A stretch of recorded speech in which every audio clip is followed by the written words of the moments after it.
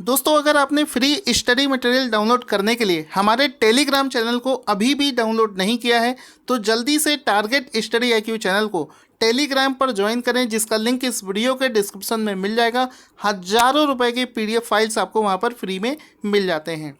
शुरू करते हैं आज के करंट अफेयर्स का पहला क्वेश्चन। दोस्तों, सबसे पहला क्वेश्चन बनेगा प्रोजेक्ट प्लेटिना के बारे में। तो देखो क्वेश्चन क्या बनेगा वो समझते हैं। हाल ही में भारत के किस राज्य ने प्रोजेक्ट प्लेटिना की शुरुआत करी है? तो आंसर हो जाएगा ऑप्शन नंबर डी, महाराष्ट्र में प्रोजेक्ट प्लेटिना की शुरुआत करी गई है। तो एक बार फिर से देख लेना, हाल ही में भारत के किस राज्य में प्रोजेक्ट प्लेटिना की शुरुआत करी गई है? तो महाराष्ट्र इसका राइट आंसर हो जाएगा। अब ये प्रोजेक्ट आखिर में है क्या? तो ये जो प्रोजेक्ट प्लेटिना है जिसको महाराष्ट्र में शुरू किया गया है, ये एक तरीके से प्लाज्मा थेरेपी है।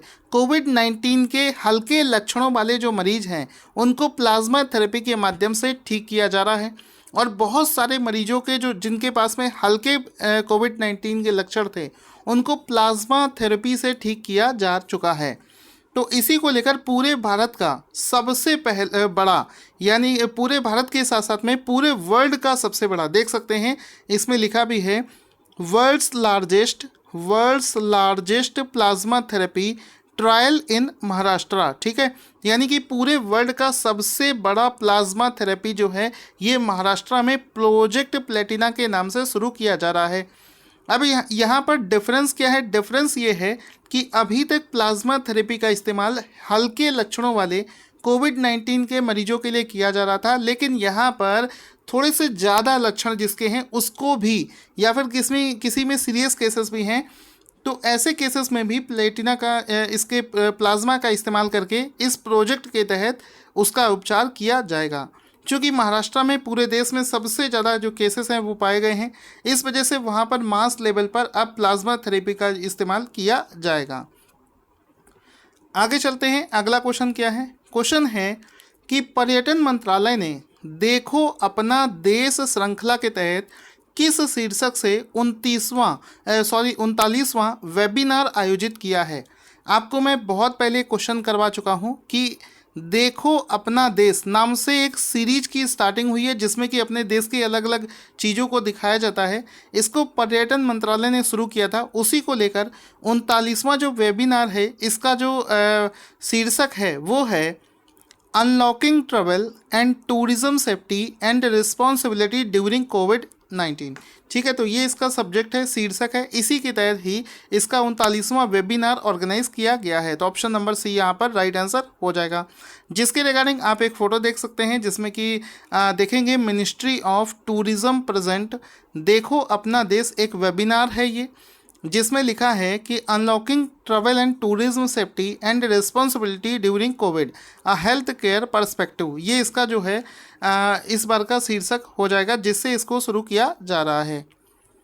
चलते हैं अगले क्वेश्चन की तरफ। अगला क्वेश्चन बनेगा कि हाल ही में यूनाइटेड नेशन ने भारत की एक महिला को कोविड-19 से लड़ने के लिए सम्मानित किया है। तो जाहिर सी बात है कि अगर किसी भारतीय को सम्मानित किया है तो क्वेश्चन मोस्ट इम्पॉर्टेंट हो जाता है। तो क्वेश्चन यहाँ पर क्या बनेगा कि यूनाइटेड नेशंस के द्वारा कोरोना वायरस महामारी से लड़ने के प्रयासों के लिए किस भारतीय को सम्मानित किया गया था?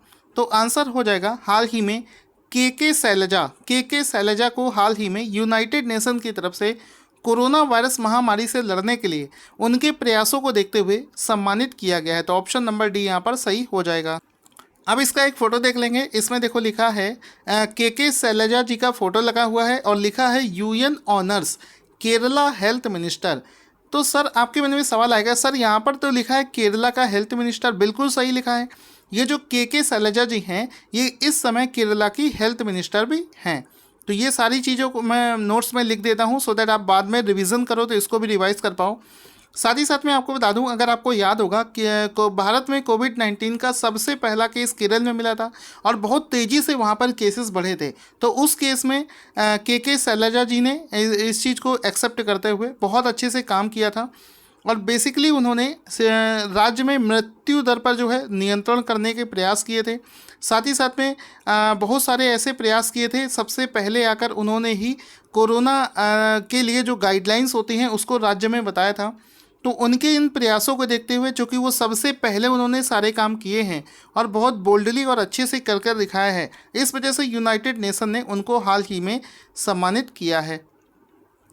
अगला क्वेश्चन बनेगा, किस भारतीय अंपायर को आईसीसी ने सत्र 2020 से 21 के लिए एलीट पैनल में शामिल किया गया है? तो आंसर हो जाएगा option number A, Nitin Menon. हाल ही में ये जो नितिन मेनन है, ये यंगेस्ट होंगे, यंगेस्ट इंडियन हैं जिनको हाल ही में आईसीसी के एलीट पैनल में शामिल किया गया है सत्र 2020 से 21 के लिए। तो नितिन मेनन इसका राइट आंसर हो जाएगा। यहाँ पर आप इनका एक फ़ोटो देख सकते हैं, ये है नितिन मेनन, जिनको हाल ही में आईसीसी के एलीट पैनल में शामिल किया गया है। ठीक है, तो आप इनका फ़ोटो भी देख सकते हैं, और जब आप इसका पीडीएफ डाउनलोड करेंगे तो ये सारी चीज़ें फ़ोटो सहित आपको मिलेगी। टेलीग्राम पर डेली मैं पीडीएफ को शेयर कर देता हूँ, वहाँ से आप इसे फ्री में डाउनलोड कर सकते हैं। इसके बाद में क्वेश्चन है कि हाल ही में भारत के किस राज्य ने हमारा घर हमारा विद्यालय नाम से एक योजना की शुरुआत करी है? तो वो राज्य हो जाएगा Madhya Pradesh. Option number B यहाँ पर सही हो जाएगा। हाल ही में मध्य प्रदेश सरकार के द्वारा हमारा घर हमारा विद्यालय नाम से एक योजना की शुरुआत करी गई है। यहाँ पर आप देख सकते हैं, इसमें लिखा है योजना का नाम हमारा घर हमारा विद्यालय योजना, जिसको मध्य प्रदेश के मुख्यमंत्री शिवराज सिंह चौहान ने हाल ही में मध्य प्रदेश में शुरू किया है।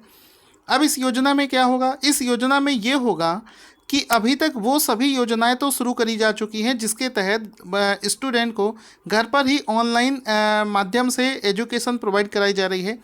लेकिन क्या है कि इसमें बच्चों का शेड्यूल नहीं बन पा रहा है। वो किसी भी वक्त अगर क्लास हो रही है तो बच्चा उसके लिए रेडी नहीं हो रहा है। तो अभी सरकार के द्वारा क्या किया गया है कि सरकार ने एक वर्चुअल माध्यम से एक ऐसा सिस्टम बनाया है जिसमें कि वर्चुअली स्कूल की घंटी जो है ये बच्चों को सुनाई देगी। वर्चुअल हो, ये सब कुछ ऑनलाइन होगा, वर्चुअली होगा, और एक स्पेशल टाइम रखा जाएगा कि इस ड्यूरेशन में ही एक एक घंटे के दौरान पर बच्चे की क्लास चलेगी, जिसको उसको किसी भी हाल में अटेंड करना पड़ेगा। तो जब स्कूल की घंटी बजेगी तो कह सकते हो पूरी तरीके से एक माहौल ऐसा बनाया जाएगा कि बच्चा घर पर भी अगर पढ़ाई करेगा तो उसे ऐसा लगेगा कि जैसे कि वो वाकई जो है अपना क्लासेस अटेंड कर रहा है। अगला क्वेश्चन दोस्तों है कि हाल ही में आपको पता होगा आत्मनिर्भर भारत की तरह जितनी भी इंडस्ट्रीज़ हैं सभी अपने आप में आत्मनिर्भर होने की कोशिश कर रही हैं।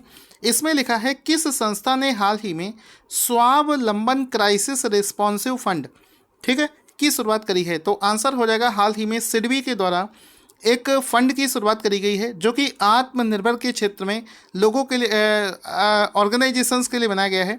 इसमें लिखा है स्वावलंबन। स्वावलंबन मतलब होता है कि अपने आप में स्वाभिमान से अपने आप में खड़े होना। तो स्वावलंबन क्राइसिस यानी कि किसी भी प्रकार की क्राइसिस के दौरान रिस्पॉन्सिव फंड जो है इसकी शुरुआत हाल ही में सिडबी के द्वारा करी गई है। दोस्तों एक चीज़ आपसे पूछूंगा, सिडबी का हेडक्वार्टर कहाँ पर है? आपसे कई बार बता चुका हूँ, देखते हैं कौन सबसे पहले बताता है। सिडबी का फुल फॉर्म अगर आपसे कोई पूछे तो small industries development bank of India, ये सिडबी का फुल फॉर्म है। हिंदी में भारतीय लघु उद्योग विकास बैंक इसका नाम हो जाएगा।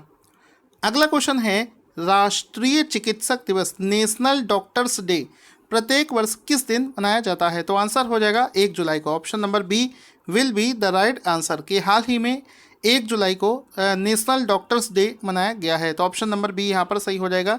प्रत्येक वर्ष इसको 1 जुलाई को मनाया जाता है। इसमें आप एक फ़ोटो देख सकते हैं, हैप्पी डॉक्टर्स डे, ठीक है, 1 जुलाई को मनाया जाता है। साथ ही साथ मैं आपको बता दूं कि इस बार जो कि कोविड चल रहा है इस वजह से मेडिकल क्षेत्र से रिलेटेड और जितने भी डॉक्टर से रिलेटेड क्वेश्चंस होंगे उनकी जो वैल्यू है वो ज़्यादा होगी। तो हो सकता है आपके एग्ज़ाम में ये ज़्यादा इस बार पूछा जा सकता है। ये जो दिवस है राष्ट्रीय चिकित्सक दिवस, इसको डॉक्टर बिधन चंद्र रॉय के सम्मान में मनाया जाता है। अगला क्वेश्चन है हाल ही में भारतीय सेना की वह तोपखाना टुकड़ी जिसने 29 जून 2020 को अपनी स्थापना के 100 साल पूरे कर लिए हैं। आपको भी पता होगा भारतीय सेना में बहुत सारे टुकड़ियां हैं, जो बहुत सारे टुकड़ियां जो हैं उनके नाम आप सुनते रहते होंगे। रॉयल गोरखा हो गया, हॉडसन हो गया, बंगाल इन्फेंट्री हो गई। तो ये जब भी है इनमें से एक ऐसी है जिसने कि 100 साल पूरे कर लिए हैं। तो आंसर हो जाएगा 22 मीडियम रेजिमेंट। ऑप्शन नंबर ए सही हो जाएगा। हाल ही में 22 मीडियम रेजिमेंट जो है उसने अपनी स्थापना के 100 साल पूरे कर लिए हैं। इसके उपलक्ष्य में एक छोटा सा सम्मान समारोह भी आयोजित किया गया था, सभी सोशल डिस्टेंसिंग का फॉलो करते हुए। तो इसने ही हाल ही में 100 साल पूरे कर लिए हैं।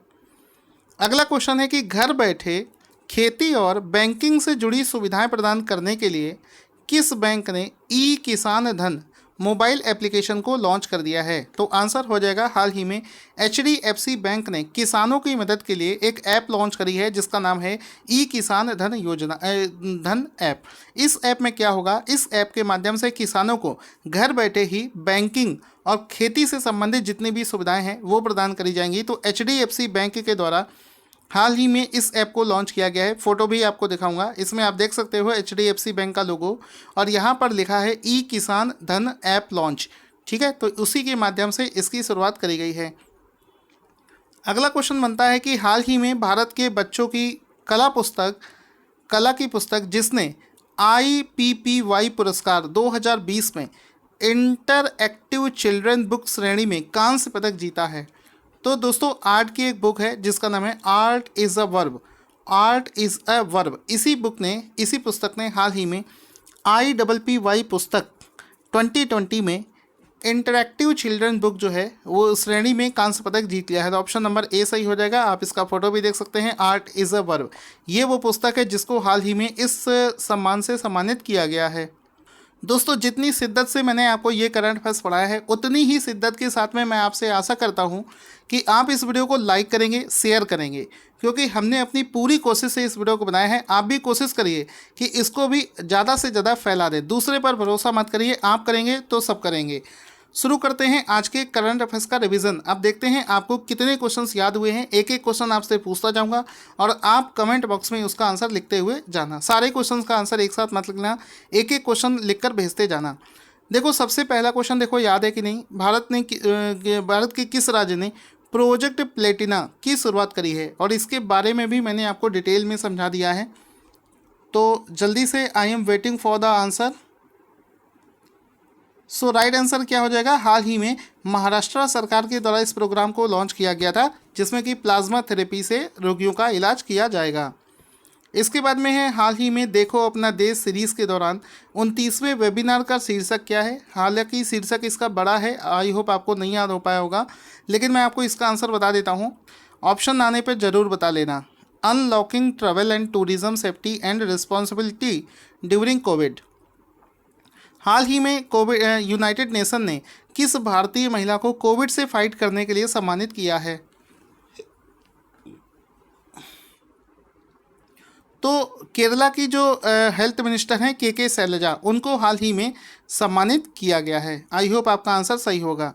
हाल ही में किस भारतीय एम्पायर को ICC ने एलीट पैनल में शामिल किया है? So guys I am waiting for the answer. I hope all of you will give right answer. So right answer will be Nitin Menon. Nitin Menon इसका राइट आंसर हो जाएगा। उसके बाद में क्वेश्चन है किस राज्य ने हमारा घर हमारा विद्यालय योजना लॉन्च करी है? सो गाइस इसमें राइट आंसर हो जाएगा मध्य प्रदेश इसका राइट आंसर हो जाएगा।